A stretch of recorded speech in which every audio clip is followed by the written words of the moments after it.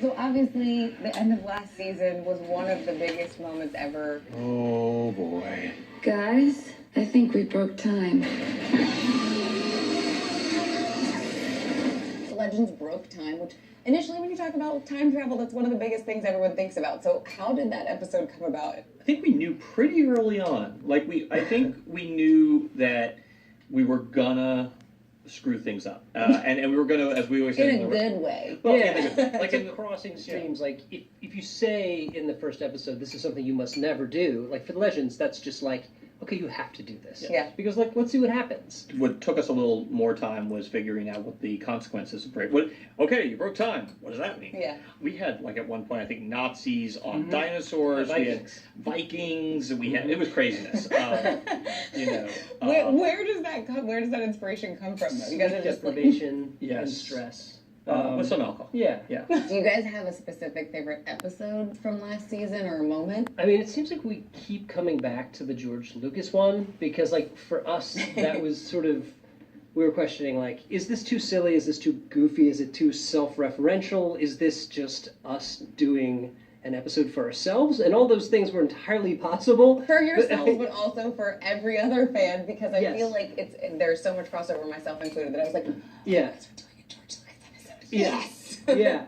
I mean, we had, season one was all about saving the world, an immortal bad guy, and so we obviously knew that we could do these, like, massive stakes, massive scale, and then I guess we were trying to figure out what's the silliest and slightest we can make the show and have it still make sense. Yeah. And, I mean, the truth is with our characters, that you can have an episode about anything, and it kind of works, because you could, you just need an emotional touch point for it. And like, thankfully, there's enough people out there who that feels like life or death stakes. The fact that there wouldn't be an Indiana Jones feels like the end of the world.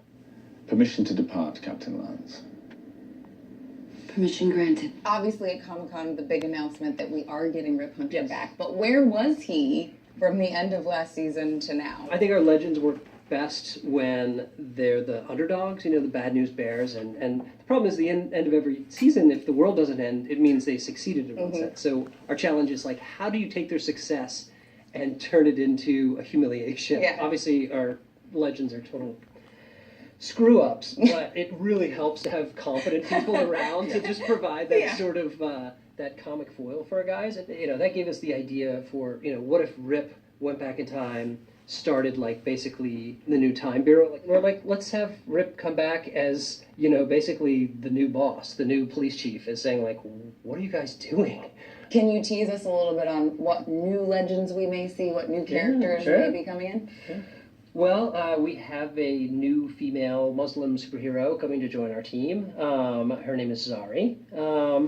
It got a little dude heavy on the ship last year. And Zari's great. Zari's a really fun character. One of the things we're doing with her that we've never done before is she's from the future. Yeah, I forgot to mention that. She's from the future. Yeah. So she's from 2042. So she's got an interesting perspective. The Legends are saying like, well, we've saved the world twice. And she's like, well, if you saved the world, why is it still so screwed up? So she's got, a little bit of her own perspective. Again, like Phil was saying, it's always helpful when there are people who can come and take the piss out of our characters. And not to say that Zari doesn't have her own moments of being a legend, of being a screw-up, but she certainly comes with a little bit of a chip on her shoulder. Right. Is there any chance that we're going to maybe see some more crossover between Vixen and Legends? One of the villains of season 3 is going to be someone from the Vixen series.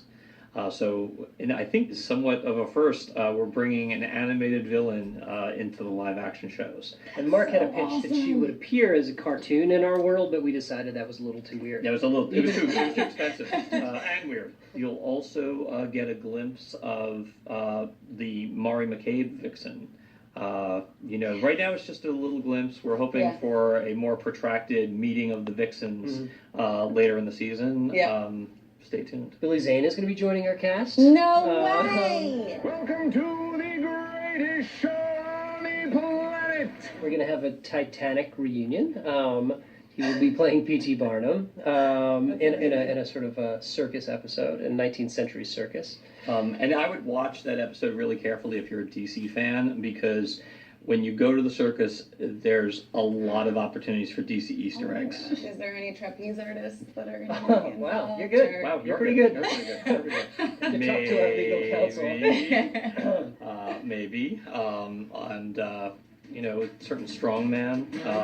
And it's just a lot of fun. Thank you guys so much. Cool. Don't miss the return of DC's Legends of Tomorrow, Tuesday, October 10th.